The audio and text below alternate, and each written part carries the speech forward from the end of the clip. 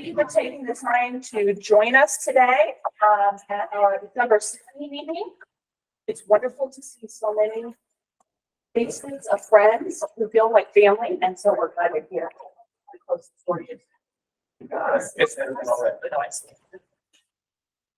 All right.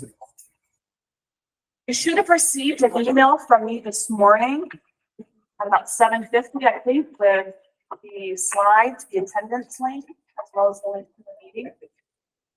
Just a minute to get yourself up and back. As a reminder, all of the information that we share during our meetings are located on the curriculum director site. If you haven't already bookmarked that, you'll want to do so because we'll be referencing a lot of materials that are located on the site.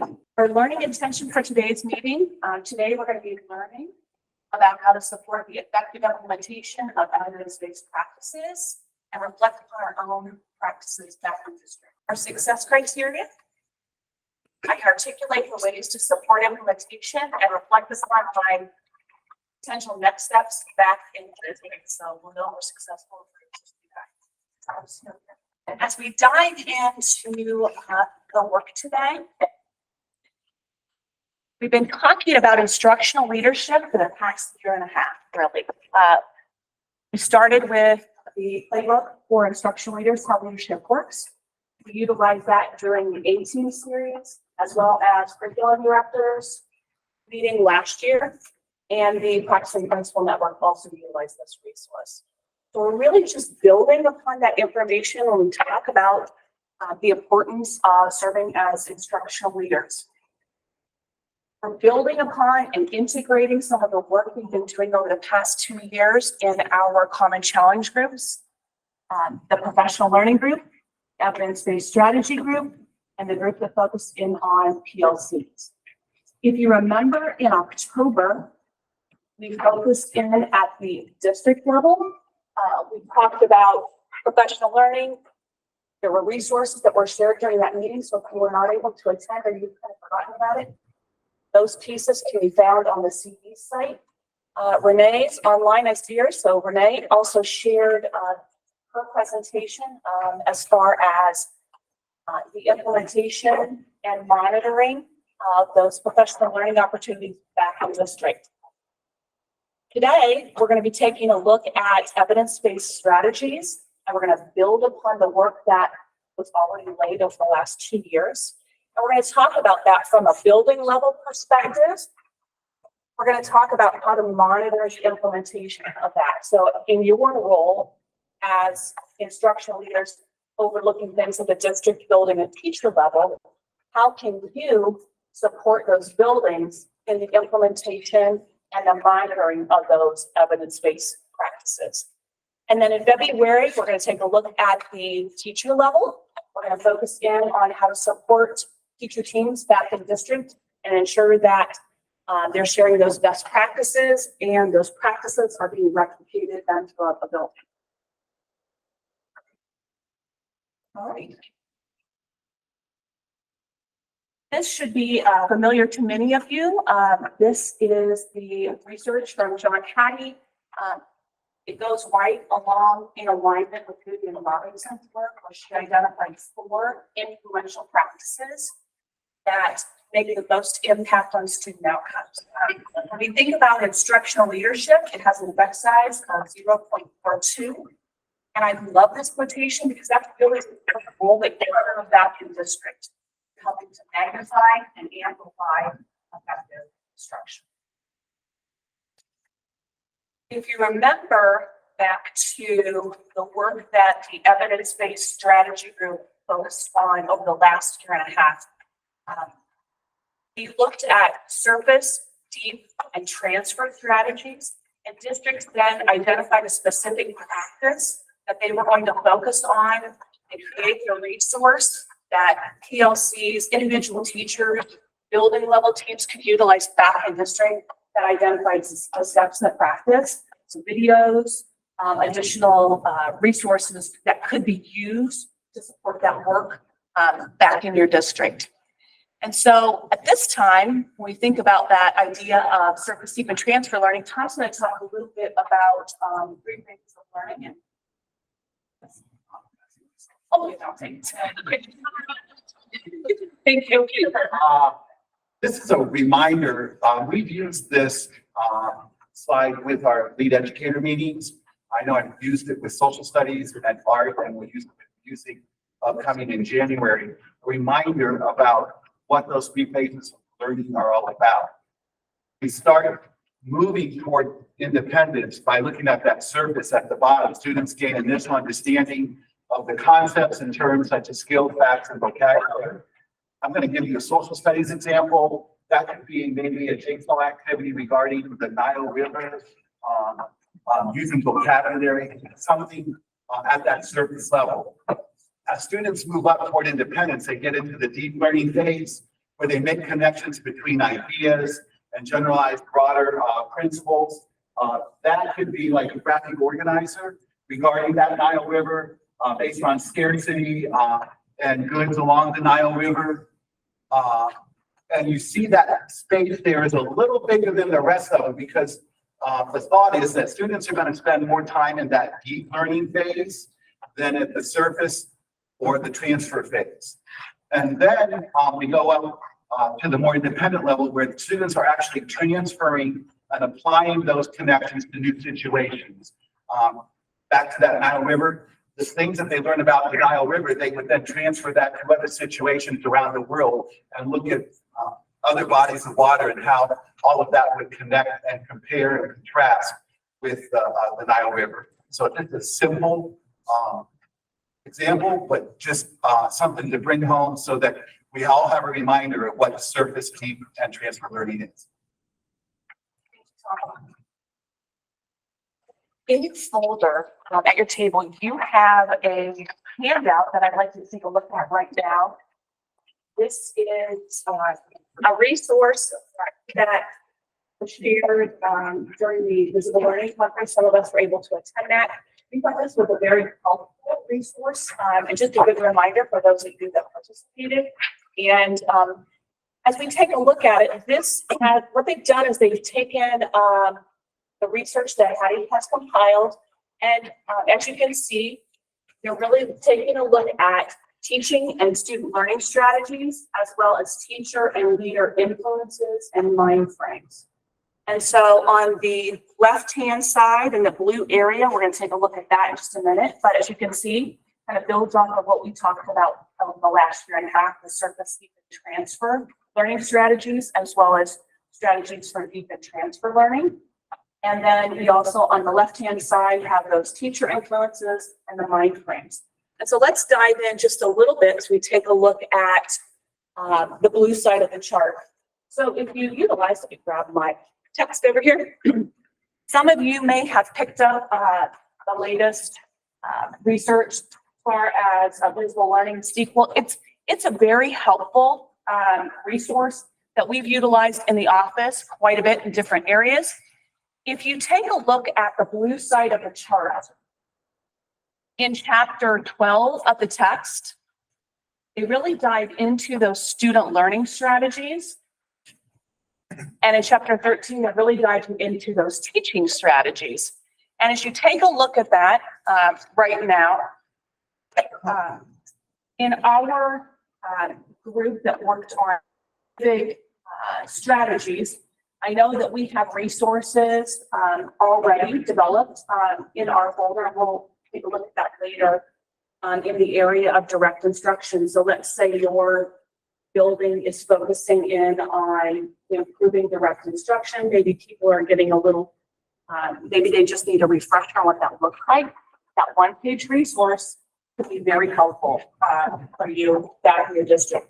I believe Lions looked at mnemonics last year, and so they've known as a really nice resource as well that you may want to take a look at. There's some helpful links in there. They've got some examples. Concept mapping, I think that was green. Is that right, Carrie? Last year, maybe that's what I worked on. And so there are some resources there that have already been developed. So as you're taking a look at this, these are really helpful. They list the effect size that would be beneficial for you if you're taking a look at what is our specific need. And if you want to dive in a little bit deeper as far as how does this strategy address a specific need, you may want to utilize this type of resource. There's also the visible learning for math. There's also the visible learning for literacy, and as well as social studies, and I want to say science as well. Yep, because you're using that through your network. So there are plenty of resources out there that might be helpful for you to be able to utilize in your teacher teams or your PLCs back in your district. As you take a look on the that blue section, there also are, when we think about the surface strategies, those are the ones where we're really just working on skill and concept development. There are specific strategies that are best for that time. When we're thinking about deep learning, what we're trying to do there is help people see connections, organize it into their thinking. Those are the specific strategies that are beneficial. For transfer learning, what we're thinking about there is how can you take this information and apply it in a different context. And we know that learning is at a much deeper level when we're able to transfer that learning. And then they also have strategies that are listed for and transfer down at the bottom. So you may want to take a look at some of those resources. We thought this was a pretty helpful handout, and we wanted to share that with you today. On the green side of the chart, you'll notice, building upon what we talked about last year, on the green side, or on the side, right-hand side with the green, you'll notice the mind frames. We talked about those last year in some of our networks. You'll notice the teacher influences. We know that we will not have effective surface area transfer strategies without addressing some of those teacher influences. For example, teacher credibility. Do students believe that the teacher is credible? Do students believe that they have the ability to teach the information that needs to be shared? Okay. So those are some, I think, helpful resources that you might want to take a look at, as well as forms of feedback, teaching and learning mind frames, and the culture and climate mind frames. So hopefully this is a resource that you can utilize that builds upon the work that we did last year. Also, there's a quick reminder, if you notice, down at the bottom, there's a link for, well, it's not on this one, but you'll have to type it in, obviously, but Visible Learning MetaX is a great resource. So if you're looking for what were the studies that were conducted, are they in alignment with the demographics of our district? You could definitely explore some of those resources because that would be helpful to take a look at. Okay. So just one of those resources that are available. So Diane, I'm going to turn it over to you at this time. Just very quickly, we went to this conference this past summer. John Elmer, this is him. Didn't look like that at the conference, but many of us heard keynote sessions or hour-long sessions or even all-day sessions, and some of us became fans and maybe a little bit confused. Very easy to listen to, makes a lot of sense. So he made fun of during the conference that he had no social media presence. So lo and behold, about a month later, we get back and he put this on Facebook on the Visible Learning. If you're follow them on Facebook. And so I have shown this in my coordinator meetings, and it's just a reminder that you can read Patty's book and you can see all these lists of effect sizes, but that's not all that matters. So that's what he's going to remind us of in this. Hey, Visible Learning community. I wanted to check in. I'm out here in my wife's garden, and I asked her to plant some broccoli because the picture on the outside of the package looked just yummy. And so today we harvested our first broccoli crop. The picture on the package and what actually happened, well, they don't match up. And it got me thinking, it's a lot like effect sizes. Just because MetaX reports an effect size for a particular intervention doesn't guarantee that we're going to get that in our classrooms. You see, it's all about how we implement it. And so maybe I need to revisit how we implemented these broccoli seeds. Maybe I need to check the soil or check what's planted around the broccoli plant. Maybe I need to add some more enrichment, some nutrients to the soil or some water. The same thing applies to our classrooms. If something that has the potential to impact learning doesn't quite get us the results that we want, or the results don't match the picture on the box or the package, then maybe we go and do some quick checking of the environment and how we implemented it. You see, effect sizes aren't guarantees, just like the pictures on the package of the broccoli seeds didn't guarantee me a great broccoli crop.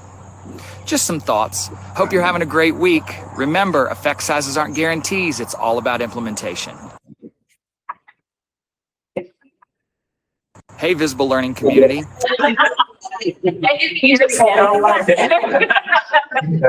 Love this quotation that's here at the end. Yeah, effect sizes aren't guarantees. It's all about the implementation, which is what we've been talking about in the network. Diane, thanks for sharing that today. Love that one. All right. So when we think about, in addition to what was just shared about the effect sizes and thinking about the implementation, the other things to consider are making sure that we choose the right strategy to address the student needs with the greatest impact. And really being very intentional in our planning. When and how often do we utilize a strategy? It's not just a one and done, it's multiple times, and practicing that strategy and really honing that and refining that. Practicing the strategy multiple times and then reflecting upon the impact of the strategy. I think that's the piece. If I had to go back to when I was in the classroom, I think if I would have spent more time really reflecting upon what I did in the classroom and how it impacted kids, I think it would have been more beneficial. So just wanted to share that also. All right. As I mentioned, in December today, we're really going to talk about those evidence-based strategies. And I'm going to ask Matt, would you click on that link for just a second? We're going to walk through a couple different things. I want to show you a resource. I want to show you some resources quickly, and then we've got a scenario we want to walk through. So this will take you to the Common Challenge folder and what we worked on last year. Click on that last item if you would, Matt. Yeah, thank you. And so this was a resource that we worked on last year. And if you take a look at, let's just keep scrolling down, you'll notice we've got surface strategies, the effect size, where it falls, and then a quick definition. Let's go to, we're going to use alliances example right there, Matt, mnemonics. Up. Yeah, thank you. So if you're looking for a one-pager that addresses mnemonics, this is a really helpful tool. I was glancing through all this information again yesterday, and just there's so much information that could be helpful for you to get back to your districts and to be able to utilize. It's ready to go for you. So a quick definition, who benefits, when it's best used, the steps of the strategy have been identified.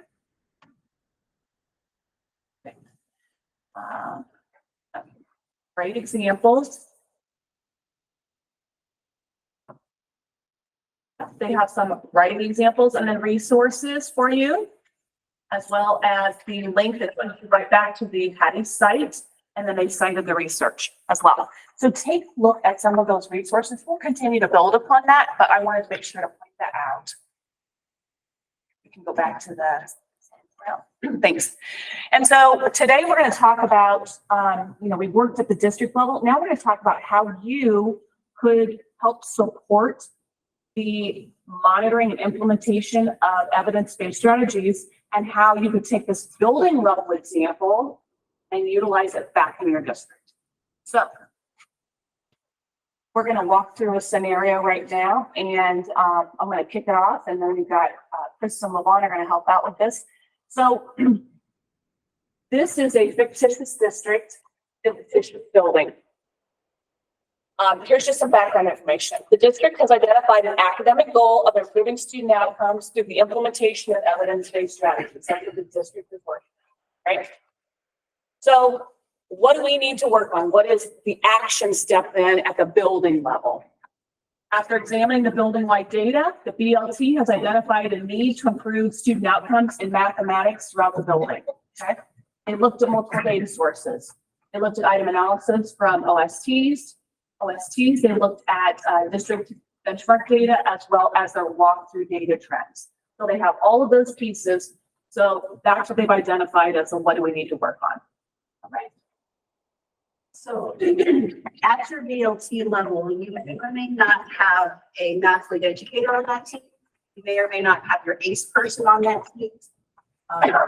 But you should be able to go to someone who is involved in one of the math networks we have here and ask them some questions about, hey, what are you talking about at your meetings right now? Like, what are their common big ideas and topics? And so one of the things that we've been talking about in our lead educator meetings is really NCTM's 8 effective teaching practices. So it lists them just here in this, I don't like this look. It's very boring. You have to read everyone, but it's very nice look. So if we go to the next slide, what has happened is they have been collected into a framework that is a lot easier to understand. And this is the one that we tend to use with our lead educators because you can see here, these are all 8 of those same practices, but they're in a format which makes a little bit more sense. Establishing goals is at the top. You have to have that first, and then implementing tasks that promote the reasoning, and then the procedure, building that procedure fluency and conceptual understanding. But the bottom part of this framework is all about discourse. And so if you would have asked anybody from secondary ACE, if you'd asked anybody from our lead educator networks, this has been our focus this year is this framework, and we're really diving into the discourse because there are so many effective teaching practices centered around it. And if you look back at the chart that Janelle had handed out to you, many of these things show up here under feedback, and some of them show up under the deep transfer strategies or deep to transfer strategies, because that is where kids are making those connections from the concepts and basic skills they're learning to being able to generalize and reason and think in order to solve problems. So this might be something that a BLT decides that they want to do, either go in search of their ACE people or their lead educators to find out what current topics are. So that might be a resource you use. All right. Okay, so continuing along the path, that the BLT has identified a need to improve mathematics outcomes in the building, and you've had those conversations with your ACE colleagues and maybe your lead educators. Perhaps you've decided that it's going to be a focus on the 2 evidence-based strategies of tax discussion and purposeful questioning. Those both fall under the umbrella of seeking and providing feedback, which is strong in that deep transfer. So if you think about what the research says about class discussion, a typical classroom is 2/3, 1/3. 2/3 teacher talk to 1/3 student talk. That's more direct instruction, which is also a high effect size, but it's not nearly the effect size as class discussion. So thinking about flipping that, we know that students need to be listening to each other, talking to each other. They need to be having that dialogue. When we dialogue with each other, that they're really getting that thinking. And it's when they're listening to each other's perspectives that they're really learning to evaluate from thinking and clarify. So how do we go about the class discussion? It becomes a very purposeful questioning on the part of the teacher. So the teacher has the craft of funneling the students to kind of where they need to be. And we know that when they're asked those questions, that's when students begin to clarify, extend, and really think about their own thinking, which is what we want them to be doing. So this would be one way to get at our goal of improving that. And so when we think about that goal of what can we do for our second action step, after reviewing the data and NCTM's publication, Principles in Action, the BLT decided that they're going to address the identified need by providing professional learning on student discourse through those 2 evidence-based strategies that Lavon mentioned. And the district capacity team that's been that you have identified in your district, and your ACE teacher leader, as well as lead educators, are going to be providing the professional learning to staff members. At the end of the first quarter, the BLT will discuss and examine the impact of the strategy selected. All right, so we need to take a look at action number 3. So what are we going to be doing next? So as a reminder, this petition decided that the district capacity team, the ACE leader, and the lead educators are going to be providing that professional learning to staff members, because we know that job embedded ongoing learning has a high effect size. At the end of the first year, the BLT is going to look at and examine the impact of the strategy selected. So what's our plan? What's the BLT's plan? What are we going to do? Well, we're going to provide professional learning on class discussion and questioning using the following resources we have: the district capacity team, ACE network, and the lead educator network sessions. When are we going to do it? This district has a professional learning day on October 9th with follow-up. They have monthly staff meetings, so they're going to utilize that as well. How will we do it? The district capacity team will utilize the resources that were shared with that district capacity team and the lead educators, and the ACE teacher and the lead educators are going to open up their classrooms to model the strategies for their peers. And then how will we monitor it? Well, we can monitor that through the attendance at the professional learning sessions, as well as the district capacity team, ACE, and the lead educator classroom visits. So that's one way that they could monitor. So they also determine what else are we going to do? Well, we're going to create a look for document for administrators to be able to use during the walkthroughs. It's not an OTES evaluation. We're trying to look for trend data back in the building. No names are going to be attached because we're looking for trend data. Okay. When are we going to do it? During our November BLT meeting. And how will we do it? And who will do it? Well, the BLT members are going to utilize the ACE classroom walkthrough document to identify specific look fors. Matt, will you click on that for me, please?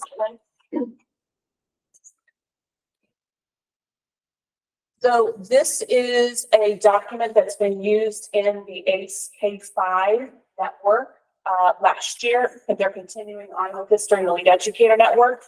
So when we think about fluency practice in the classroom, after they have researched, after the ACE leaders researched, along with the work that we've got going on here, they identified what does it look like in a classroom if we are expecting to see fluency. So from a flexibility perspective, this is what we should see. From an efficiency perspective, accuracy, strategies, student collaboration, manipulatives, games, number sense, and assessment.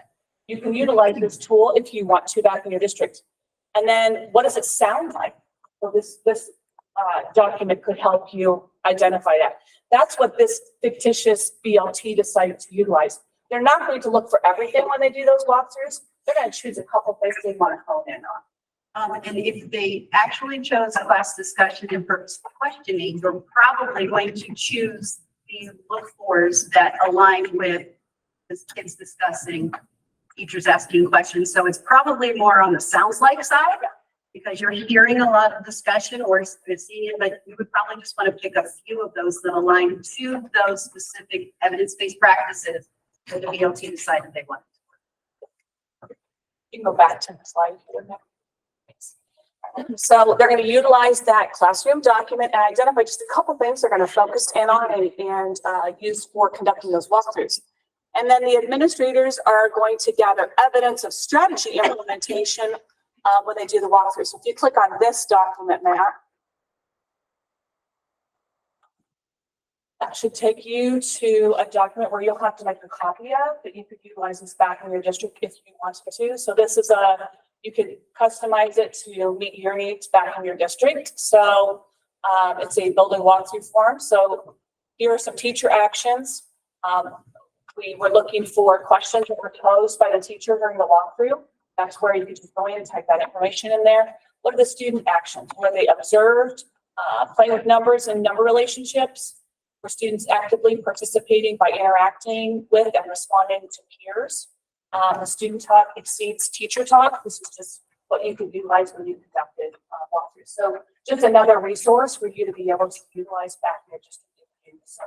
And just to kind of piggyback on using the walkthrough document not being OTES or an evaluation, it's either observed or not observed. You'll notice there's no names, there's no qualitative kind of data in there or anything. It's just, did we see it? Did we not? So we can just start to collect some baseline and trend data. That is the only purpose for this part. And in addition to the plan for this building, we've been talking about in the principal network, the importance of conducting those walkthroughs because there was an article, I think, in Educational Leadership, and I want to say it was an April article. They had talked about what people are finding are things that teachers have somewhat reverted back to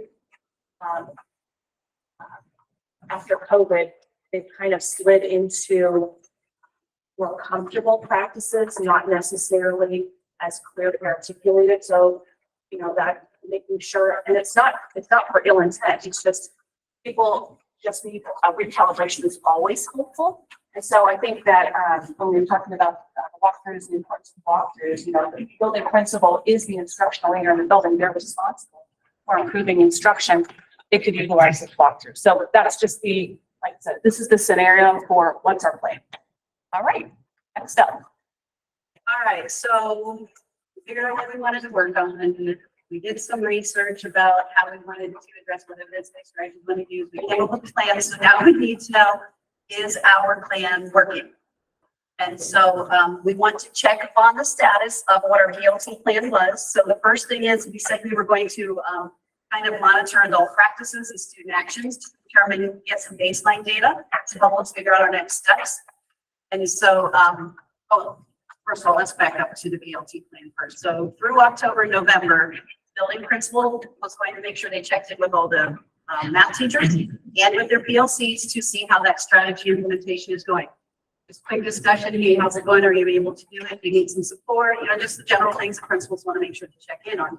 And then to know whether if it's we're doing it or not, we're going to use that look for document that the BLT created. This is not principal created. It's not curriculum director created. It's not created.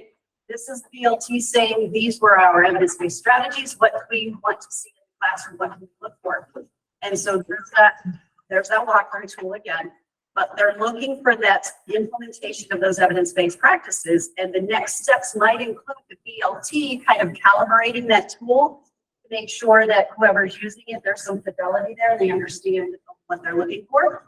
And then also to know whether it's working or not. We've collected the data, we've had those discussions, we've checked in with our teachers. We want to make sure we're providing feedback to our professional learning communities or our TVTs as well, to let them know, hey, here's what we collected, here's what the data is showing us. Does this kind of align with what's going on? What do we need to change? Do we need some more support? Where do we go next? And then just kind of the final, like, now what? All right, what's our next step? So we're going to look at this from the lens of where did we start, where are we now, and where do we go next? All right, so where we started was by looking at our data and then identifying the need,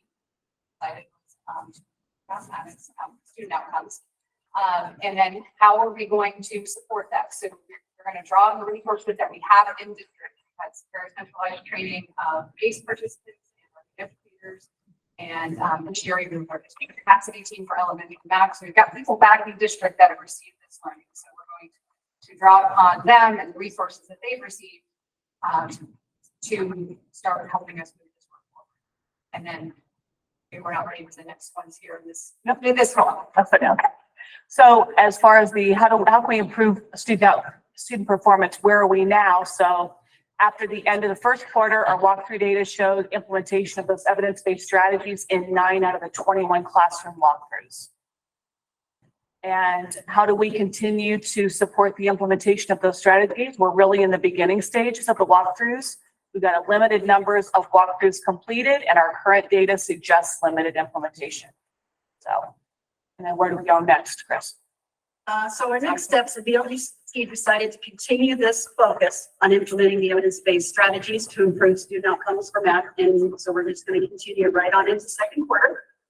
And the ACEs and our district capacity team and our lead educators are going to open up their classrooms to teachers requesting modeling of those evidence-based strategies or practices. So now, are there any critical tasks or actions that are missing, Lavon, from your perspective? Not really this time. I would say just modeling piece is really important. And that's where we kind of are with our talking with our ACE representatives from last year and taking that next step of looking at the classroom because teachers still want to see. Thank you. And where are we now? Are there any critical tasks or actions that are missing? Well, the BLT is going to create a walkthrough goal to gather additional data for second quarter. And then Chris, where do we go next? So that professional learning day schedule that is in second semester, it follows the district capacity team session in January. So hopefully they'll be able to bring back some more information to help push some of this work forward. And what adjustments, if any, need to be made? Yes. And then where are we now? We're going to develop the walkthrough schedule based on the BLT's goal. And then where do we go next? So we want to try to increase the number of walkers and begin to add some peer observations so that we can examine and get some clarity around what those strategies look like. So this is just an example that you may want to utilize. There's some resources that were created that are embedded in that scenario that you might want to take back to your district and utilize and share with building principals or your teams back in district. So in your folder, you also have another handout. If you can get that out. We'll give you a few minutes to kind of reflect, and then we're going to do a turn call. So based on the information that has been shared so far this morning, we've talked about evidence-based strategies on shared instructions. Diane talked about the implementation of those evidence-based strategies. Utilize that scenario as well as a couple of different resources that you can utilize.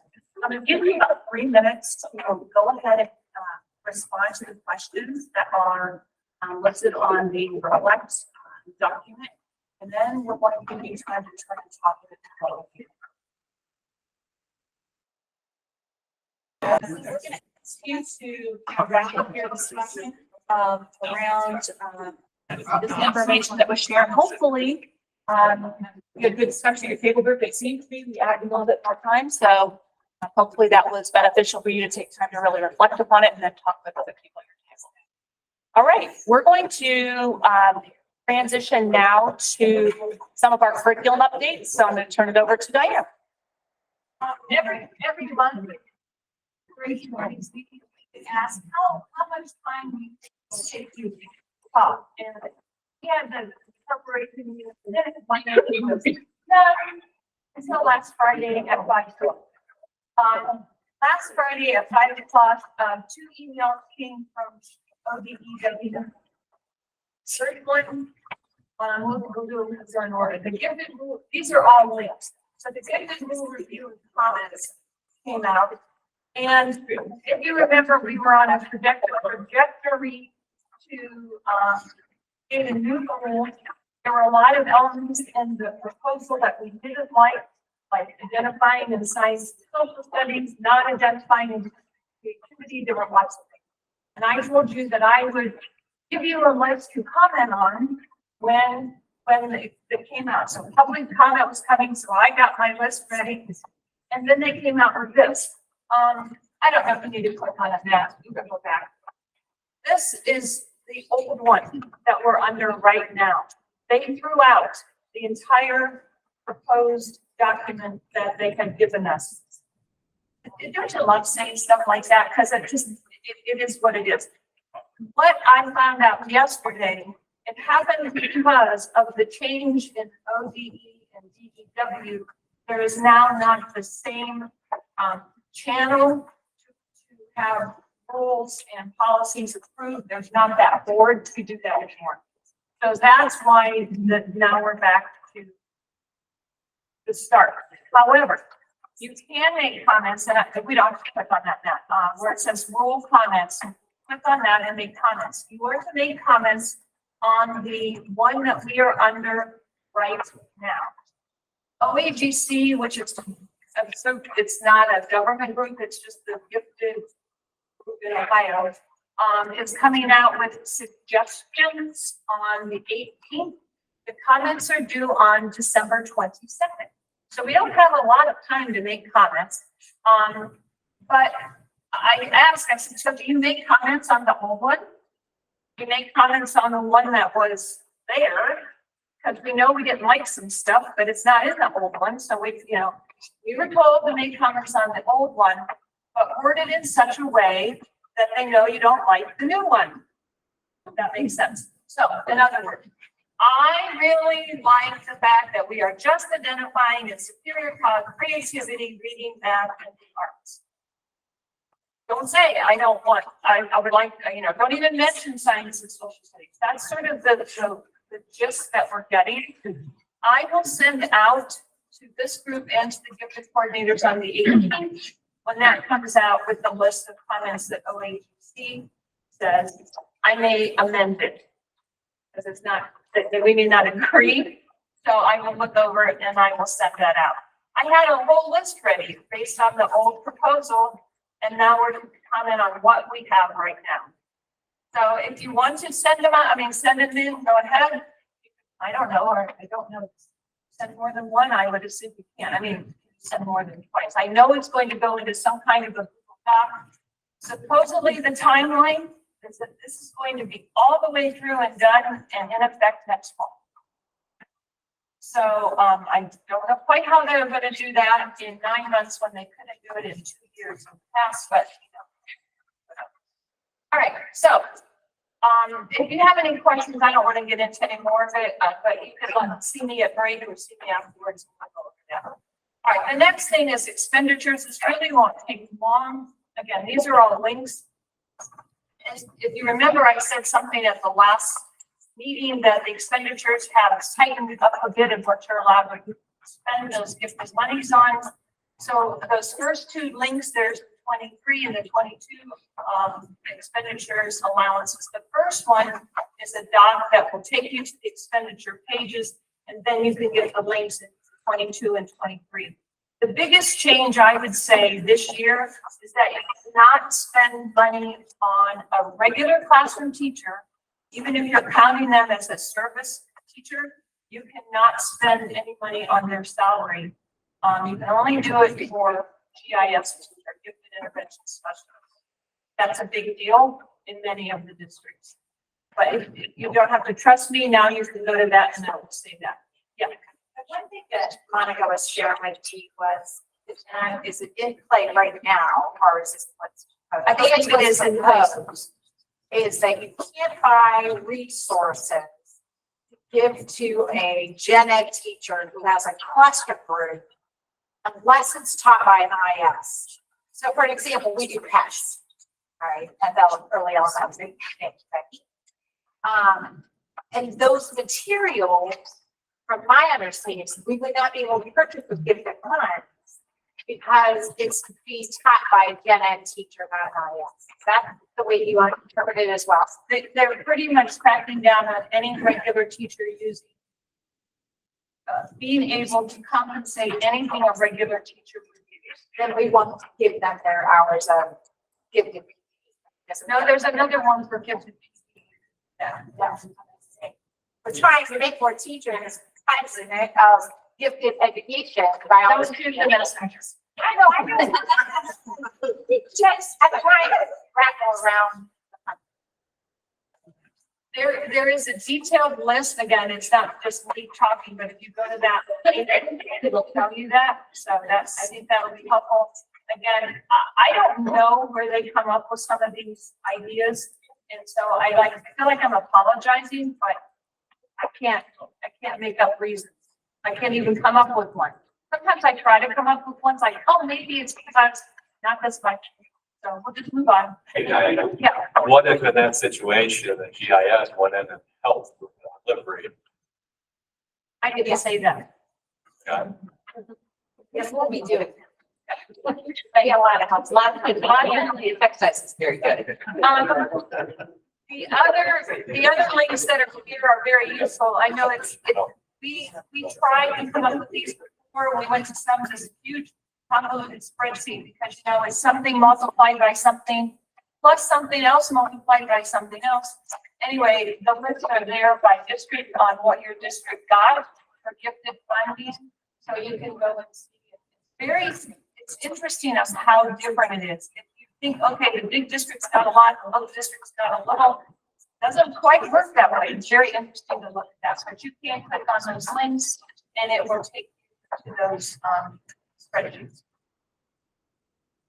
Okay, and just a reminder, Andy McNair is coming on February 22nd, I believe. As of yesterday, there were only 20 people signed up. I know at the time of the year, so we'll push more in January. I think she will be excellent. I'm pretty confident she will be. So it'll be a good day, and the cost is $75 for anybody within this. So that includes lunch. So send as many as you like. Well, next you would take as many as we can get there. So I have to come back 1 second. I just wanted to say that my picture there is for a reason, because in the gifted department, Christmas is our favorite time of year because we get gifts. All right. Okay. Yeah, I know. I needed a drum thing. All right, ELA.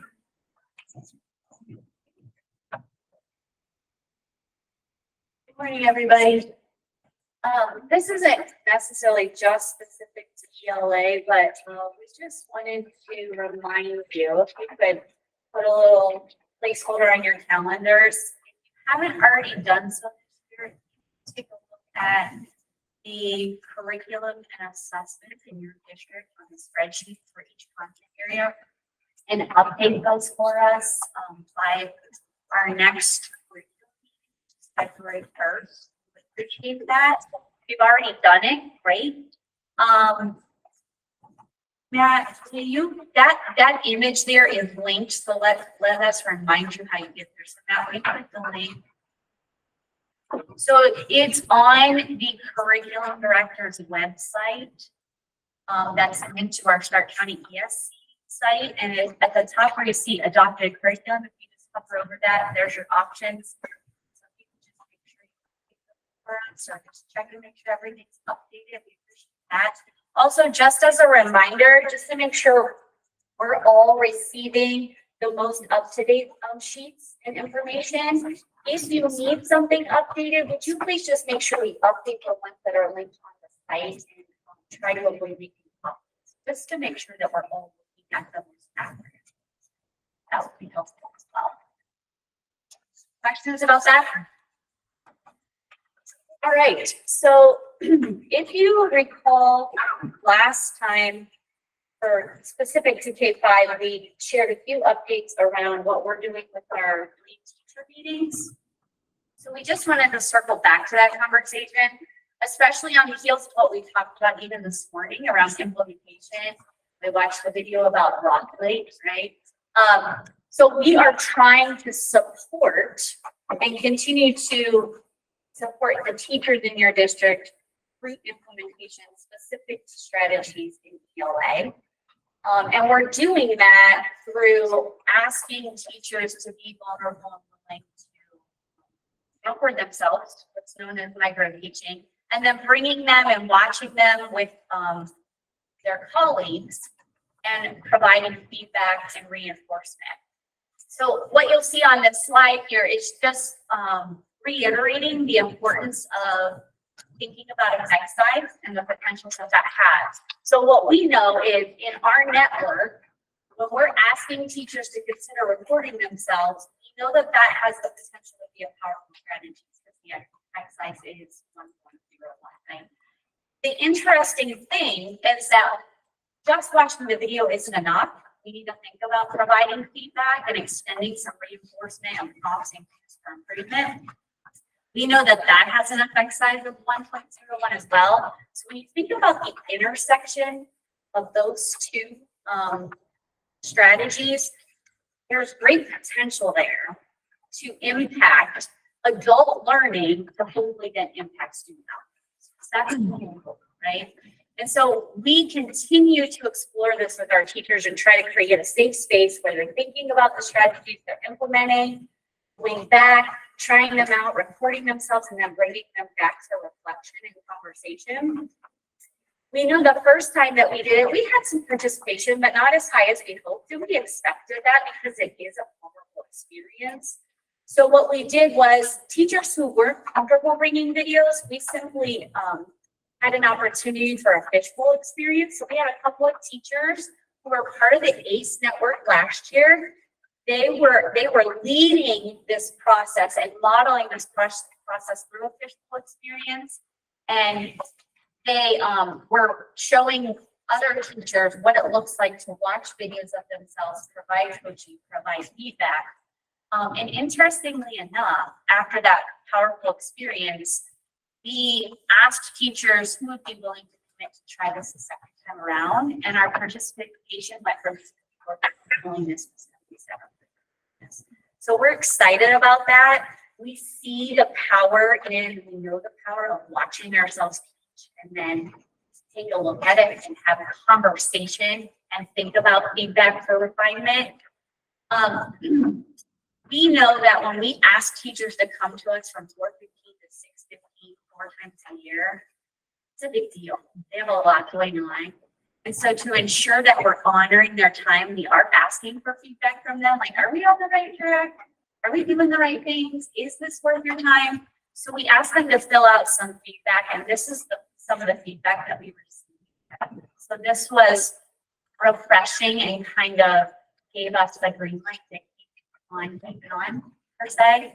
And so we just hope that we continue to look at implementation and help people refine their strategy.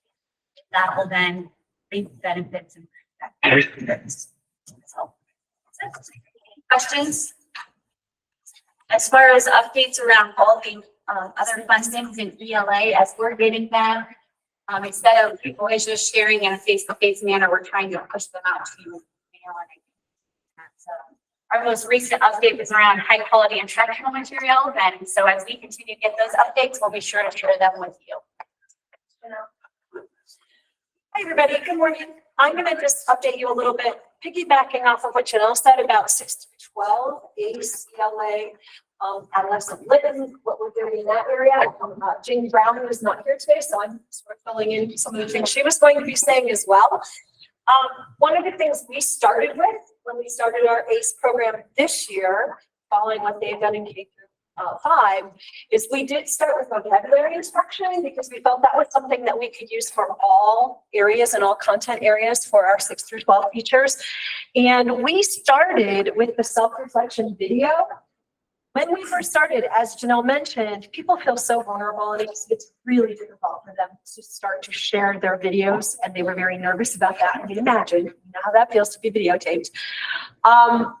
The first time we did it, when we did the vocabulary strategy, we did not ask them to submit their video unless they would like to, but we asked them to reflect. Here's what we found out. It was nearly impossible to give the best feedback unless we could see the video. And so, if you want to go to the next slide, as we move forward, we now are working on sentence deconstruction, text structures, and also talking again about vocabulary. We're moving into the reading comprehension blueprint book a little deeper, but this time around, we're asking teachers to do strategy and then share their video with us. And so we learned from the K through 5 network that is so much more powerful to be able to see the video, because when somebody doesn't share their video and they just reflect on their own, it's really hard for us to give the best feedback. So we're moving into doing that. And then moving forward, oh, I can do that. Moving forward, we are doing classroom visits with Adolescent Lit starting in February and March. And this time we're moving into the writing piece of it. And again, asking teachers to share their video, self-reflect, and we'll continue to do our network as Janelle and Jamie have been doing with K through 5. Anybody have questions about 6 through 12 and the ACE program there? Okay, it sounds like it is time for a break. All right, so we are going to kind of pick up where the Lucky Darts left off. We're going to talk about our secondary math ACE work that we are currently doing. All right, so if you remember K-5, ACEs had a focus on fluency and really what that means to be fluent in math and all of these other kind of things that we carried over then also into secondary math, which is increasing the math cognitive discourse. Just an awareness, we spent a lot more time on our K-5 about number sense, but for our secondary folks, you know, when is it built? What does it mean? What does number sense mean? What does that like? I'm spending a lot of time with this group on thinking and reasoning, getting the kids to do the thinking about us rescuing. And then we're doing fluency with rational numbers and algebraic equations, and also everything kind of leads back into identity. We know, again, when our secondary students come from us, a lot of that math identity and anxiety is already kind of intertwined in their being, and so we're kind of talking about maybe how that can be a little bit undone through the purposeful actions that we do in the classroom. So spending also a lot of time talking about the fact that there's nothing wrong with algorithms, but there is more than one way to do a problem. Network memorization of procedures doesn't work for everybody. In fact, it works for Less than 1/3. less than 1/3 of students can achieve with rote memorization and algorithms. So we're really taking that focus of thinking and reasoning with our secondary groups. So connecting to our elementary ACE folks, we started with some Jennifer Bay Williams. Last year, all of our ACEs received Figuring Out Fluency in Mathematics book, which is kind of taking off, and it's a great book, and there are companion resources that go with it, and our ACEs got all of those last year. And then this year, the secondary ACEs also got the Figuring Out Fluency book, and we got them her book, which is Figuring Out Fluency with Rational Numbers and Algebraic Equations. So it's based off of the anchor text. And we wanted to make sure we were connecting the work we did with our elementary K-5 ACE people and tying it to 6 through the book. Really, I would say about algebra, some systems of equations in there. It doesn't go into a lot higher math, but it really is rational numbers and algebraic. So that's where we started with them. We're going to keep that slide. Just for the next than that, with our district capacity, our elementary folks who are coming to us during the day for professional learning, they also receive a copy of that first book. So there are a lot of these books floating around in districts now. People have them. Yes. So this year, with our secondary ACEs, continuing that fluency talk, but we are focusing on the work of Pam Harris. If you have not heard of Pam Harris, her catch line Math is Figure Outable. She has a podcast and a website, both under that name, mathisfigureoutable.com, and her podcast in the same name. She probably has close to 200 episodes right now on her podcast. Yeah, it's been going on like 2 or 3 years, so it's, she and her sidekick, Jim brings more of an elementary brain focus to this work. Pam is by trade a high school math teacher and professor. So her ideas are that procedures and things to memorize, she called them fake math. She just straight out called it fake math and said that that's the way she learned, that's the way we learned, and it's hard to make that switch. But we have to open a world of thinking, reasoning for our students. She called that mathematizing. So she's always kind of that dichotomy between fake math or adapting students to mathematize. And that's when they're not just mimicking what the teacher does and using like a word memorization, but they are looking at relationships and connections, help them think and reason, solving problems. So Pam is our focus with our secondary people. And honestly, if I could just interject right here, we just had a meeting with them Tuesday. They are really latching onto this work and trying. She does these things called problem strings, and we will probably get to one of those eventually, but I can't believe how many algebra classrooms in the county are trying problem strings, and they are, I am pleasantly surprised at how students are responding and thinking. They're starting to, high school people, sorry. I would say it's our algebra and geometry Yeah, teachers that are high school people really latching sending us on. pictures of their boards of kids figuring out math problems without teacher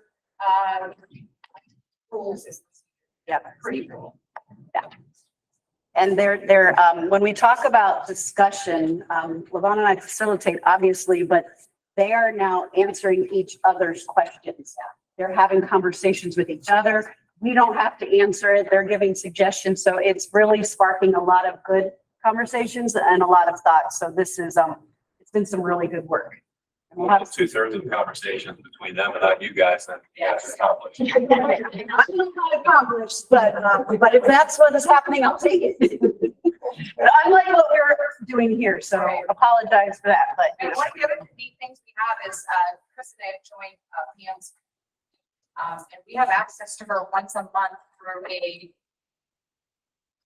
She does a live Q&A session. Yeah, so I go over Zoom and we can take questions from our math aces, submit them to her ahead of time and she will answer them. Yeah. And then we can come back to them with not just us saying it, but saying it, but she'll work through, they'll ask specific questions.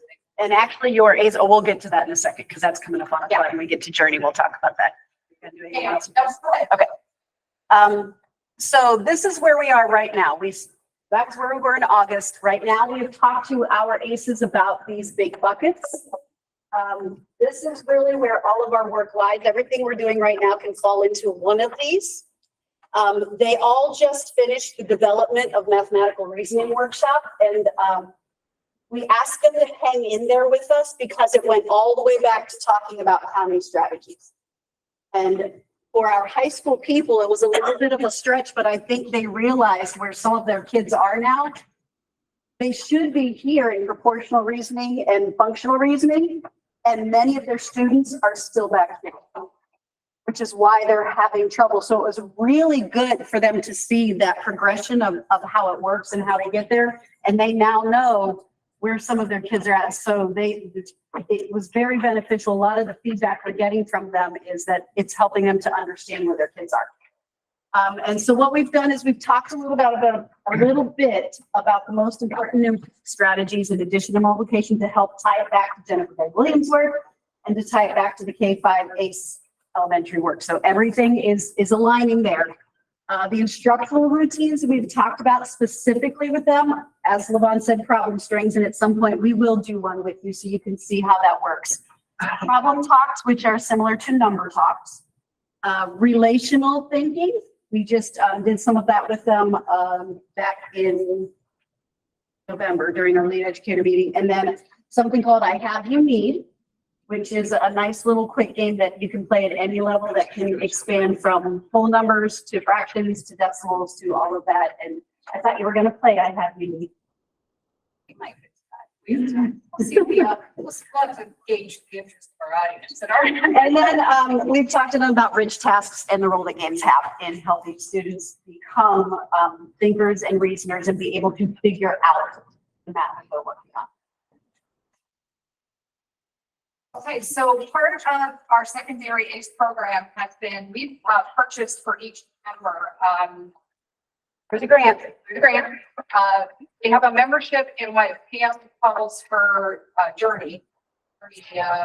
Just for Journey. Just Journey, yeah, Journey. So as part of Journey, they all watched, we kind of did it together. We went through that development of mathematical reasoning course. But now they all got to choose how they want to spend their time in the spring. Sam has multiple workshops on that site for everything from addition all the way through powerful functions. So of all the workshops that she offered, we had them sign up and commit to one. We had one ACE member that wants to do building powerful division. And then everybody else, that would be the other 18, are kind of split between proportional reasoning and linear functions. And these workshops are intensive. They are over 300 hours if you really watch and do them. Obviously, they're not going to finish them. But we, Chris and I are taking all of them, kind of divided and covering, and I can't say it for myself, but we are going to try to help them point them in the right direction. Like maybe this is a lesson you maybe not have to watch all of this, or we're kind of trying to focus them because we know they cannot finish all of it, but they do have membership in this through September of 2024. That professional development, if they want to, they can continue it on their own time, but we will, this is where we're going to spend the bulk of our time in the spring. And this Journey website, they all have access to. Lavana and I are with Journey and Journey Leader, but they all have access to Journey, and she does live Q&A webinars for them once a month too. So if they wanted to jump on and ask questions about their specific thing, they can do that too. So the only other thing we have coming, in addition to their workshop and their professional learning, they're going to come here again from us, is we will be coming out to see them. The months of February and March, we're thinking. We will be coming out just like we did with our elementary visits. We will let the principal know, let the teacher know the day and the time exactly. We're going to plan on staying about 20 minutes. They are going to be developing the look for documents for us, just like our elementaries did. What do they want us to look for? What the teacher doing? What are the students doing? And we'll just provide a little bit of feedback. It's a short little visit. We're excited to see big kids, and that is coming. yeah, this look for document will look a little bit different than the one we just did during our scenario where it was, it sounds like, looks like the fluency, because that is really all based on fluency. This one's going to be more around the buckets that we're talking about and what you can look for in each of those buckets. So if you were looking for something to be able to develop a walkthrough tool for high level math, hopefully by the end of this year, we have that as well with the help of our ACEs putting that together. So. So that is math.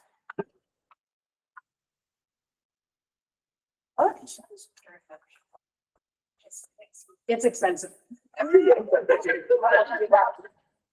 Yeah, your first time reference, you know what, my first kid a long time, I used to dig around. Yes, probably. Yeah. It is not cheap, but it includes, yeah, it includes a workshop. We get a workshop with the journey leader. A lot of us have access to all of the workshops, which is how we're able to do that, because that one's even more. But yeah, so that's why I said thank you to the grant. We've been able to dig into some of this work and really get at the meat of it so that we can pull it out and bring it back here and use it. We're super excited about that. Also, that email later on, cost for districts, just so everybody has that. Yeah, it's not cheap. But she's good. All right, any other questions on math before we kind of combine ELA and math together? Anybody want to say I have you mean? Yeah, okay. All right, that's fine. We'll say it first. We're gonna say, I have you need to 10. If I have 8, you need. If I have 6, you need. If I have 2, you need. So, thank you.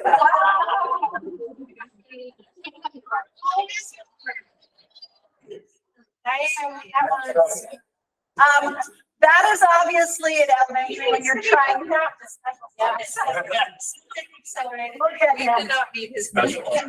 Well, we're gonna get there. That is where Pam starts with elementary. She says to start closer to that base number, like the I have to need is easier with 8, 9, 10 rather than starting at 2 and 3 because it's further apart. But then you can expand it to 100. So if I have 93, you need. If I have 84, you need.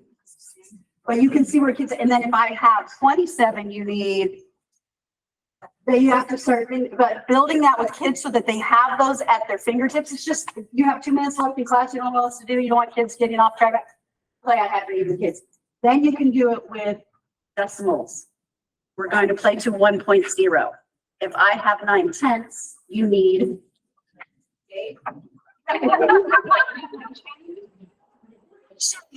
So it's very much expandable.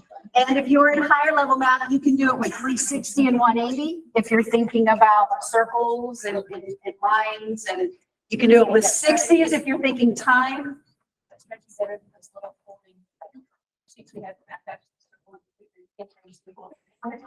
Yes, it's better than it. Because you don't need paper or pencil. You just need kids in their brains. So, yes, that I have. And I think we can all get in their heads doing it With their head. Okay.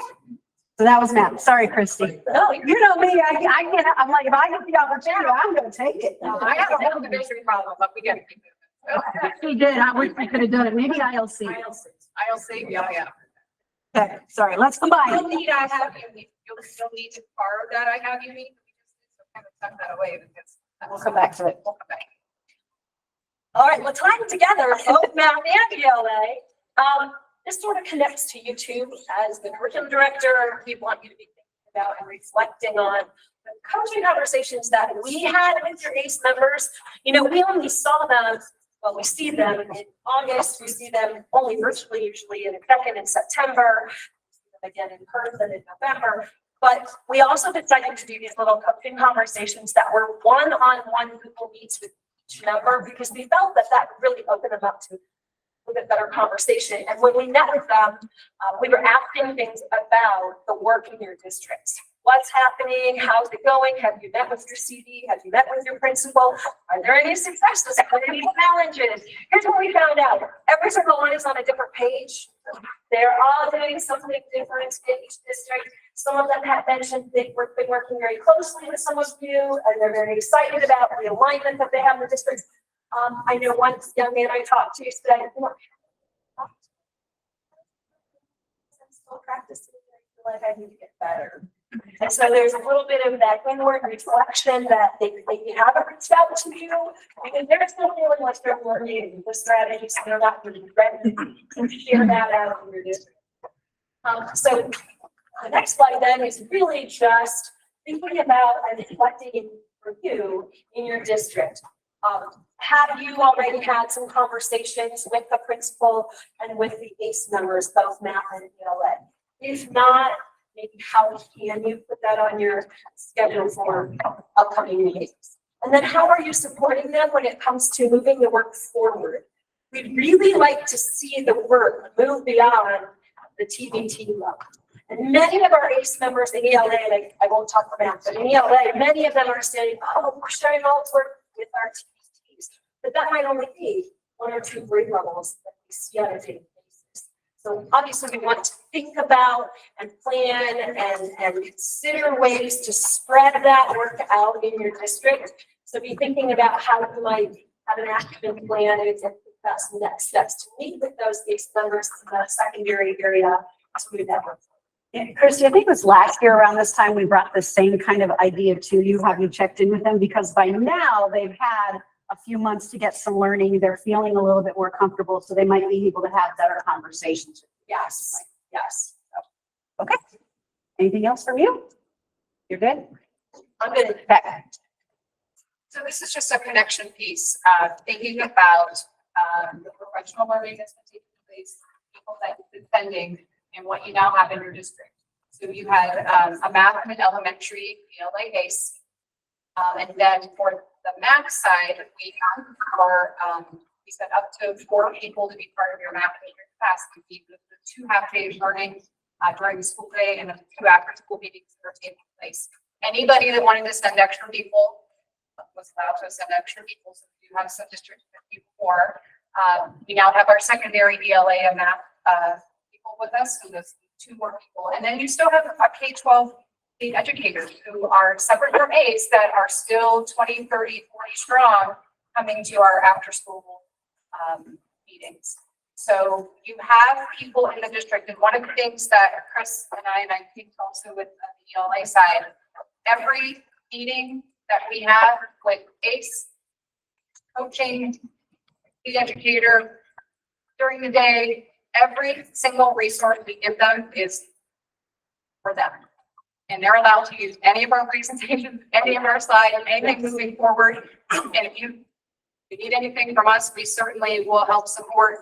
But all of that is for them. So we are hearing a lot of them say, you know, I'm going to borrow a couple of this. You're not borrowing them, they're yours. We make them for you. So you have access to those through the CD site also. And all the lists of the resources, handouts, anything we do is live and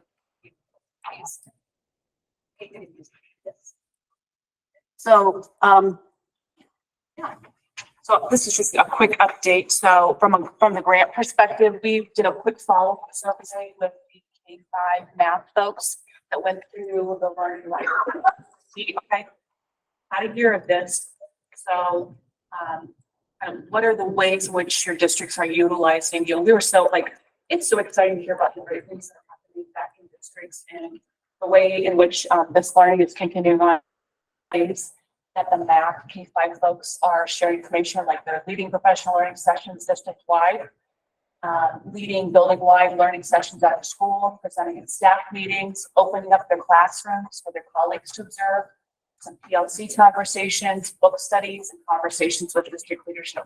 I just want to make sure just to share that out to you because we're continuing to just capture that information for grant documentation purposes, but just wanted to share that. And I think one of the big things that we keep talking about is we want to make sure that this is getting out to more people back in your districts because our grant was advancing the capacity of educators to kind of give you a little bit of a lift in how you can spread the message that it doesn't all have to fall on you. You now have a team.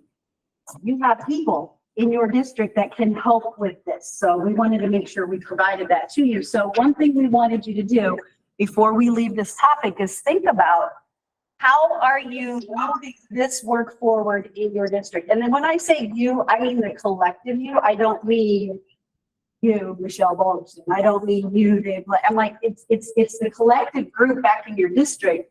How do you connect and move the work forward? We specifically were talking right now about our secondary ACEs with ELA and math, but in ELA, you also had your K-5 ACEs. and you've had a lot of dyslexia training, you've had a lot of like, who are those people for you that can help you move the work forward? And in math, we have our K-5 ACEs, and we also have our district capacity team. And as Levon said, most of you sent at least 4 people. So you've got those people backing your district now. And we are in process of determining what this looks like to give you one of these for your secondary people next year. So we don't want to drop the ball because there's so much learning to be done that we want to give it to you. So kind of tying back to our scenario, where did you start? Where are you now, and where do you want to go next? And wherever you are is the exact right place for you at this time. But it doesn't mean you stay there. Where do you want to get to next?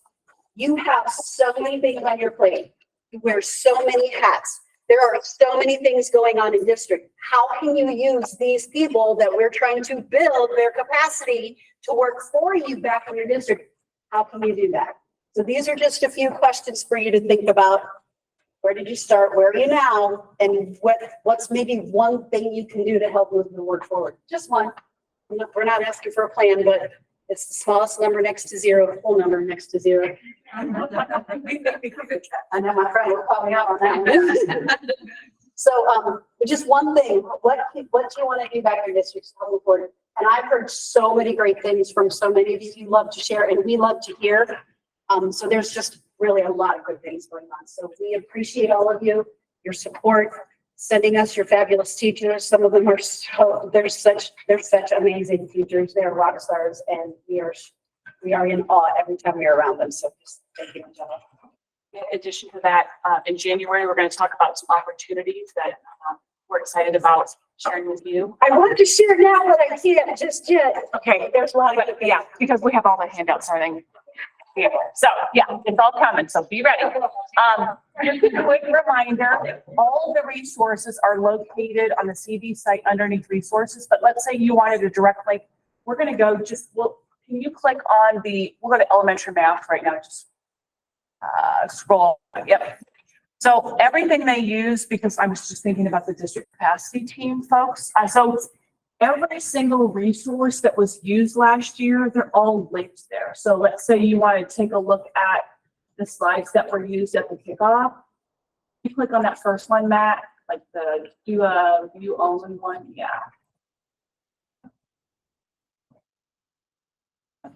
You can see everything that's used. We want you to use it. So all the materials are there. So feel free to take a look at all of those resources. We have that for K-5 math, K-5 ELA, 612 math. Yeah, and there's the forced copy there. So if you wanted to make your own copy, so you don't have to recreate it. One's PDF there, one's forced copy. The other ones aren't forced copy. They're just view only. So then you make your own copy and you do whatever you want. So everything is there. Y'all are doing it.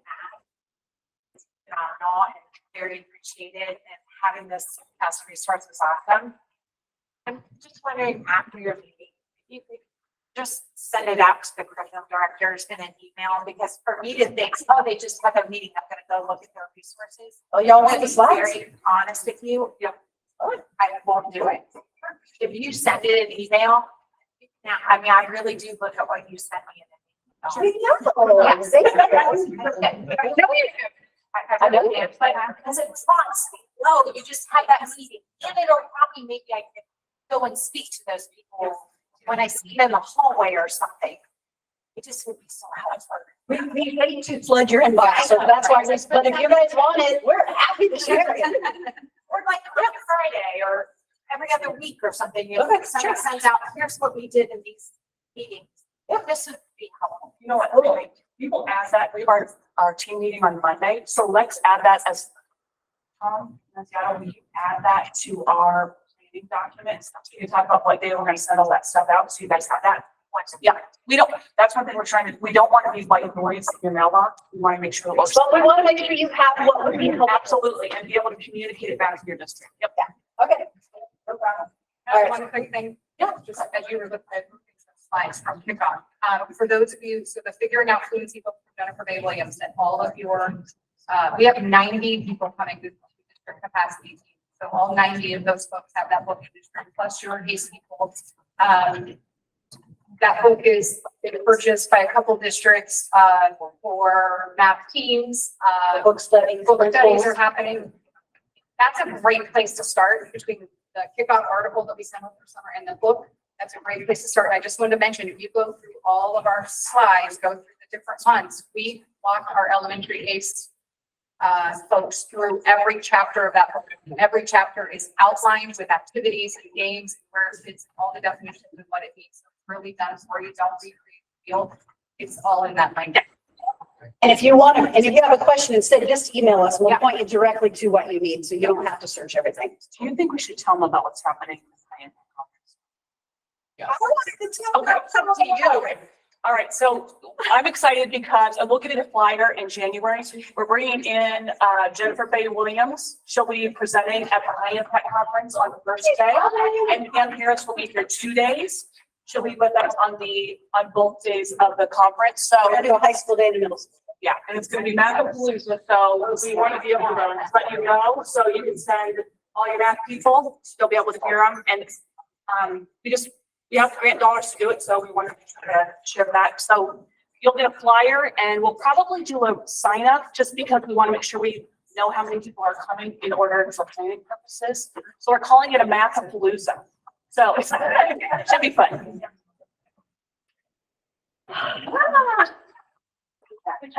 I will fangirl. All right, and then one last thing for math. Many of you were, probably may have already been on I think it was last week, they had their webinar. If you are interested in an Algebra 2 equivalent course or a third or fourth math course, the pilot season is open again. There is one change. They have trained all teachers in the past for free. And if you already have teachers in it, this year it's continue to be free, but starting next year, there is a cost. It is $2,000, but you, for 2 years of implementation, training, and support per building, per pathway. If you already have teachers trained, I don't believe that there is an additional cost. I don't believe, but those are the questions you would have to reach out to either the department's math point person for each of those, or Tom Reed at OESCA is the one who was leading the webinar last week. And the deadline originally was December 20th or something. They extended it already to December 31st. And he said, if you don't have anything in by then, you can email, and it's probably fine, even if you have to wait till after that date. But those are the 3 courses they have. I did want to say something because some people have asked, and I'm not sure they've understood. You don't have to be trained by ODE to offer any of these courses. If you add the course in your district on your own, come up with your own book, the standards are online. That's just what you have to use, but you don't have to go through them. It's just that they provide the training and they provide the curriculum that goes with it. And their activities are really, really cool. They've done a really, really nice job with it. So any of you that are interested, you can click and then reach out to the people at the department or read at OSCA. That's math. Questions? I'm not going to apologize for getting super excited about math. You should not apologize. Ever.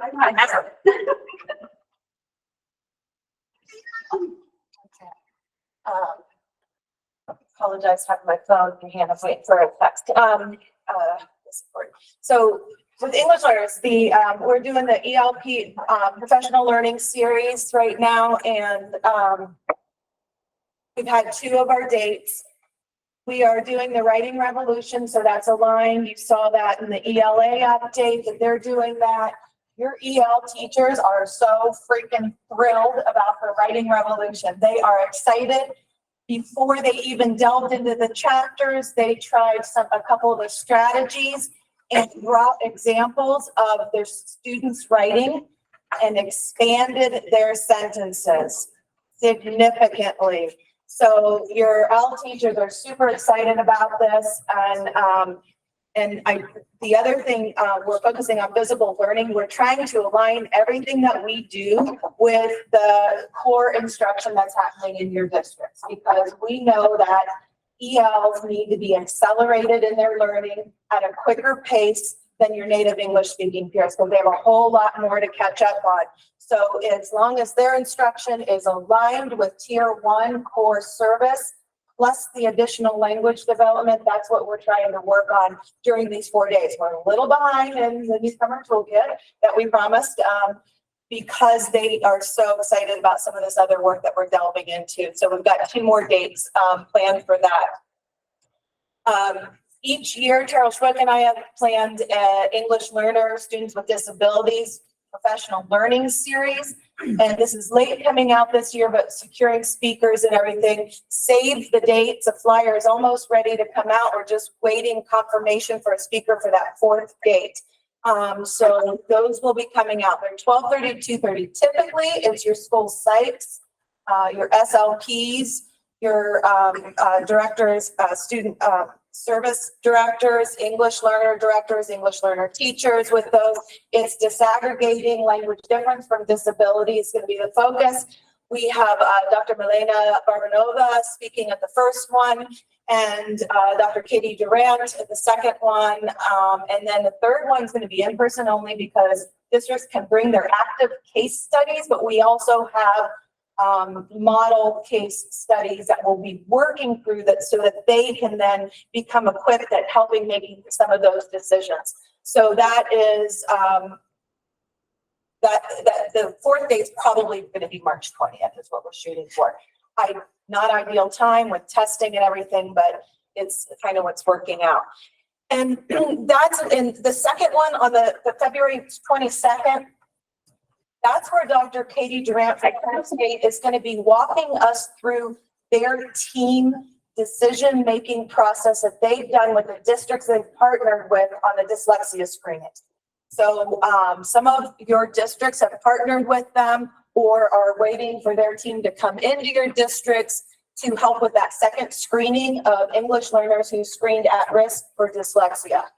And she's going to walk us through some of those decision protocols that they've done as far as what assessments, what segments of assessments to look at regarding English learners. And that will be good for your districts, because this, next year we're on our own with this. And so that will equip your staff on steps that they can take and decision-making protocols that they can take. Thus far, from what I've heard, it was a learning curve for them coming into the districts, not understanding K-12 schools, and that we don't have space, we don't have room, we can't just let everybody go for professional learning, and Chris can attest to that. They spend a lot of time at Franklin. But what they're finding is 100% of English learners are testing at risk of dyslexia based on your district screener. They're surprised. But once they do the parental interviews about language dominance, and they're looking at native language screeners along with some duplicate or some additional English screeners, what they're finding is only 3 to 4% are truly at risk. So that's what we wanted to see. And so this research that they're doing will help us in the future, and they're going to present this. This is in partnership with Cincinnati and OSU also, and they're going to be presenting these findings to ODW, so that they'll have some guidance also. Their research so far is matching exactly what New Mexico found when they first got their dyslexia law a few years back as well. So it's interesting to see how this is all working out. Yes, the challenge, as Chris will attest, to have them come into your district. Yes, communications could be improved, as some of your other districts can attest to, between them, their team, and your district scheduling in. They don't understand what it takes at the district, but anyway, it's good information that's occurring. So with that too, not all of our districts have partnered, and I've been getting some questions about what do we do about our non-Spanish speaking students or of other languages. We always want to do the screener in the language of assessment. So that first screener is the same screener in English that you're using with all your students with the English learners as well. The 6-week interval typically is not enough for English learners to show the progress. Also, your screeners, your district screeners were normed for native English speakers and not English learners. So the data needs to be looked at in conjunction with other data points, such as English language proficiency and some native language tools. Some of you have, for your Spanish speakers, I know many of you have this book. There's some Spanish benchmarks in there. At the bottom, if you you have this PowerPoint at the bottom of this, I have an oral language rubric that looks at vocabulary, fluency, comprehension. That tool can be used in their native language as well as English. And even if you don't have somebody speaking their native language in your district, your EL teachers are trained to listen to prosody and responsiveness to question prompts. So you can use that data along with all the other data points that you're looking at. You got to look at multiple data points with the understanding that the tests you're using are normed for native English speakers, and 6 weeks is not enough. So you need more time because of that language development. And it's absolutely critical that your tier 1 services include oral proficiency. Oral language is the prerequisite to your 5 foundational skills. You have to have oral support this as well. I have the room till 12, so if we take longer, that's okay. Or if your team wants to meet and continue that discussion, we have this room till 12, but that's the date. Save that. Share it with your high school counselors, your building principals, your curriculum directors, whoever you feel needs to be at that table, your high school EL teacher, whoever needs to be at that table with that discussion of figuring this out. And this is a statewide problem. It's a nationwide problem.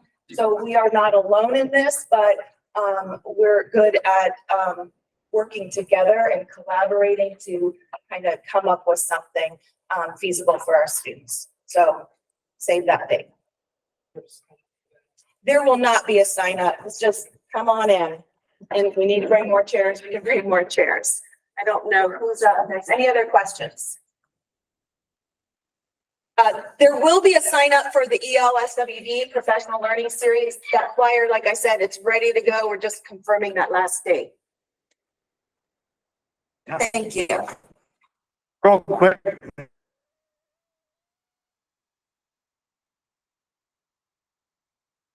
No value added, no OPES, ROSA. Have Sarah Music from RDEW speaking. Sorry.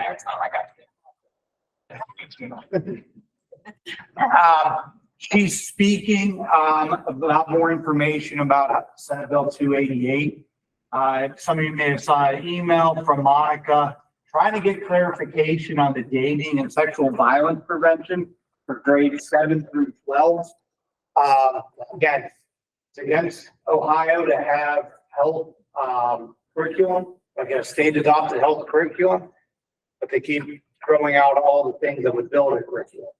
So she had contacted OASSA and got some information from Tim Freeman. Basically, you have to hit it once throughout the high school career, or 7-12. If you read the law, it's also, I made sure was on our whole child curriculum spreadsheet. It doesn't specify. So when it doesn't specify, it's a local decision. And so we also got some follow-up from Sarah Music. You know, 7-12 does not include language that specifies this as an annual requirement. So as you're doing those dating and sexual violence trainings or workshops or class periods or however you're calling them, it's there's no specification. It's locally determined on how and when to do it. Now, there are some stipulations about them. Some of these you cannot do as a whole grade level in-service museum. Some of your if you have specific questions around some of the and others are on the old child curriculum, send them to Patty Fetzer, or you can send them to me, I'll just send them to Patty. But, we're collecting those questions that prepare Sarah, so that when she speaks at the ILC meeting, she'll be able to hopefully get ahead of some of those, questions. Any questions? Monica, I know you're on, say online, thanks for sharing. Yes, Rita. I wonder if the group feels it would be helpful to have a health spreadsheet similar to how we have social studies, ELA, math, and science, with this hyperlink on it so that we can see what's required and then what are districts doing for some of these topics so we can reach out to one another. Understand. So could you click, Matt, on the whole curriculum? Basically, we have this, you're saying, is there a way that we could break it down where districts could add some? Yeah, maybe this is duplicated, we keep this the Do it way on it that. is, and then down that column A, Okay. the district name, so we can put in what we're using. I'll see what I can get to get that to look user friendly, but yes, I understand. And I actually had a call with a district the other day, just kind of like trying to wrap their head around when to do some of these things. If it's not something that's already a part of curriculums, and a lot of things come into play, especially if you're doing a lot of the online, health class. So you did the online health class, where are you fitting this in? Yeah, that's not a bad idea to include, what are you using, and then a spot for when is it being rolled I out. will work to try to get that to look, like that spreadsheet, I get worried is too complex. It's complicated. It is, I but there don't know are what to so look like. many of those little things, and if you look down the bottom, there's a map of what needs to be done for staff, which could be slightly different than what needs to be done for the students. So I will work on that. Anytime you see it on any of these suggestions, feel free to share. We're trying. And that's why I forward that stuff about zoning. And I don't know if you saw the BE update for virtual meetup next week. I'll work on it. All right. Any other questions, topics about that? All right, thank you. Next slide, just a quick reminder. Green, again, thank you about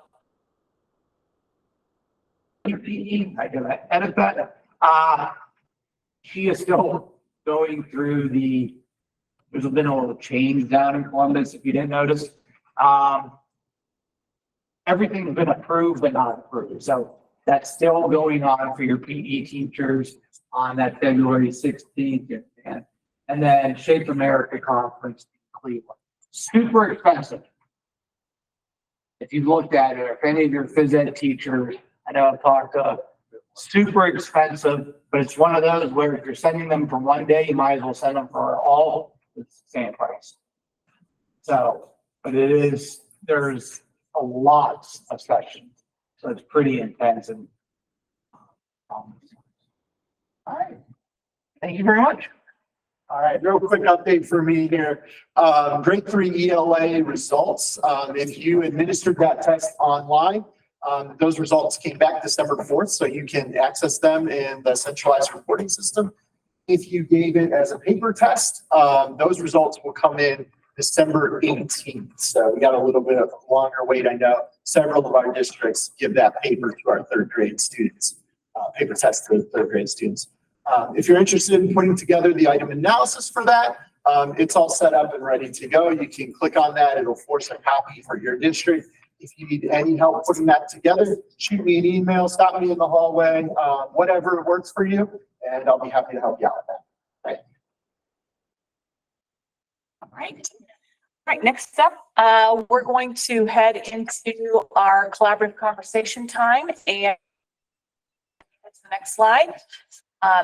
You remember last month, what we're trying to do is provide an opportunity for you to have conversation with life science districts about specific questions that you'd like to discuss. We're keeping track of the topics that are shared, and so I'll show you that in just a second. Just a reminder before we head into those groups, just to consider those questions that you might want to ask like-sized peers. like-sized districts, not like-sized peers, like-sized districts. Not many a little comedy. And then we try to stay solutions oriented and be mindful of time frame. We're gonna be 20 minutes in that group, and then strive for equity of voice. You can go to the next slide, please. And then I'm just gonna have you point, we'll just take a quick look at, in each of those groups, we have a document that you can see what they discussed last time. So if you want to just click on one of those, Matt, that would be great. And so after, oh, that's for today. Okay, very good. So everything that was discussed last time, they're all located there, so you can take a look at what was discussed. And if that's helpful, what we're gonna do today, we're gonna come back in. Smaller districts, I think Chris is gonna report out, Janelle Rodocker is gonna report out, and Matt's going to be reporting out, just so everybody can kind of get a sense, and then of course, you can access all of the conversations that are had. So if you are in group 1, you can see who you are, as say in this room. If you are in group 2, we're just going to be right across the hallway. Group 3 is going to be down the hallway. And so let's see, we're gonna hope that we can be ready to go and start talking about 10:15. So we'll head back here at 10:35. Okay. All right, so you're heading back in. Thank you so much for taking the time to meet in groups. We're going to have, let's see, from group 1, who is the person that's going to share out just key themes you guys discussed? Yeah. Lots of really great conversation from our group. We are a large district group and talk about many great topics. The first one was through K-3 ELs, just trying to make sure that we are addressing the students and giving them all the support that we possibly can, especially in terms of like identifying which students are the ones that need that assistance. We talked about the 3rd grade reading guarantee. Really good question came up. Basically, if it was possible to give one style of exam in the fall and then give it a different style in the spring. What's being found is that the students aren't necessarily being assessed on the content, that the barrier with technology is holding some students up from really showing what they know. And then Brian was able to find through contacts at DW that schools must test in their selected mode for an entire school year. That's that last line here. So basically, as nice as it would be to give paper in the fall and online in the spring, it has to be one or the other for the entire year. We also talked a little bit about K-3 reporting and finding out those scores through EMIS and what to be shared, how those come through with diagnostics and helping our students. We talked a little bit about vape detectors and if anyone has used them and had success with them. And then we talked about our ACE network and how those items are being shared back in the district. So first we covered last year and how all of those, the different ways that they were sharing all the wonderful content. And then we had just started talking about this year, which I'll change that up to 6 to 12. And then all of you lovely people came back into the room. So we stopped our conversation. Okay, thanks. Matt, who asked about the vape detector? It was Perry. We have them. We have them If too. you- We have them also. Yeah, we have the halos. So yeah, oh yeah. They work pretty well. You said they were the Halo brand. The Halo, yeah. Thank you. And I think we might, if you need to want to put a company on there, I think I went through RJ. Okay. Great. Next up, medium size. So Janelle Rodocker, will you kind of lead the way on highlights from our discussion? Started with just kind of going around the room and sharing educational topics that are taking up brain space. A lot of things around RIMS and dyslexia requirements. Connected to that is just the idea of tier 1 data being eye-opening and maybe at times like overwhelming. So trying to start to think through a lens of how to remain proactive versus reactive with the data and what's happening in tier one instruction. Conversations around what needs assessment and deadlines and timelines that are feeling a bit stressful.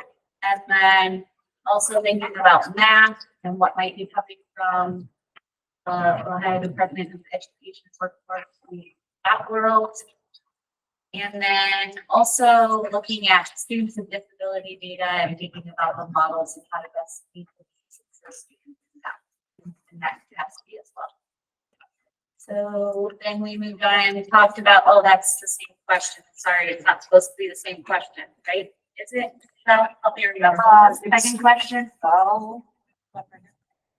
What question would you like to ask? So There you go. Yep. I'll change that on here. So the first question that came up was just around one needs assessment.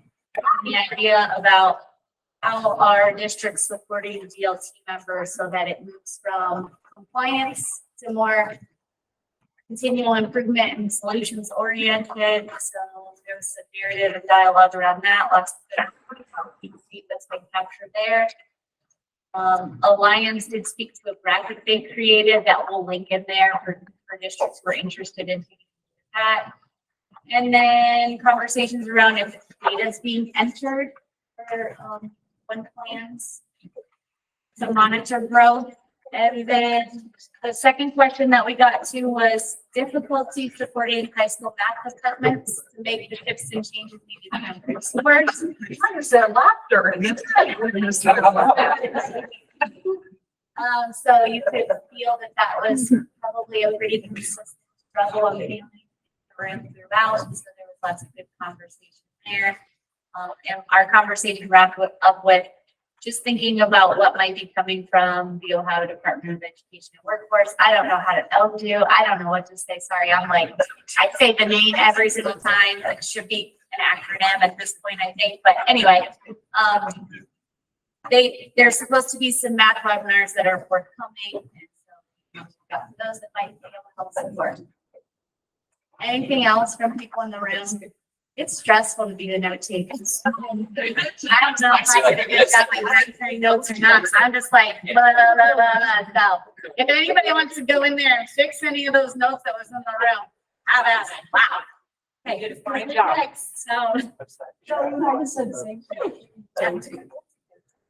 Also, the graphic that was shared in that room, I linked that in there, Michelle, so it's good to know. Thank you. All right. Thanks. October 5th, so you need to. All right. All right. So it sounds like many of the topics we talked about were the same as what the group two talked about. Questions about one plan, one needs assessment.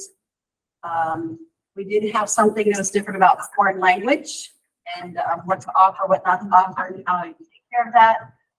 We had questions about RIFs, how to keep morale high when it seems like more and more is being added to the plate every time. Struggling with tier one screener and providing the right amount of intervention because you have to meet the required number of minutes, but it seems like you're always being pulled for a number of things. So how do you combine those two things together?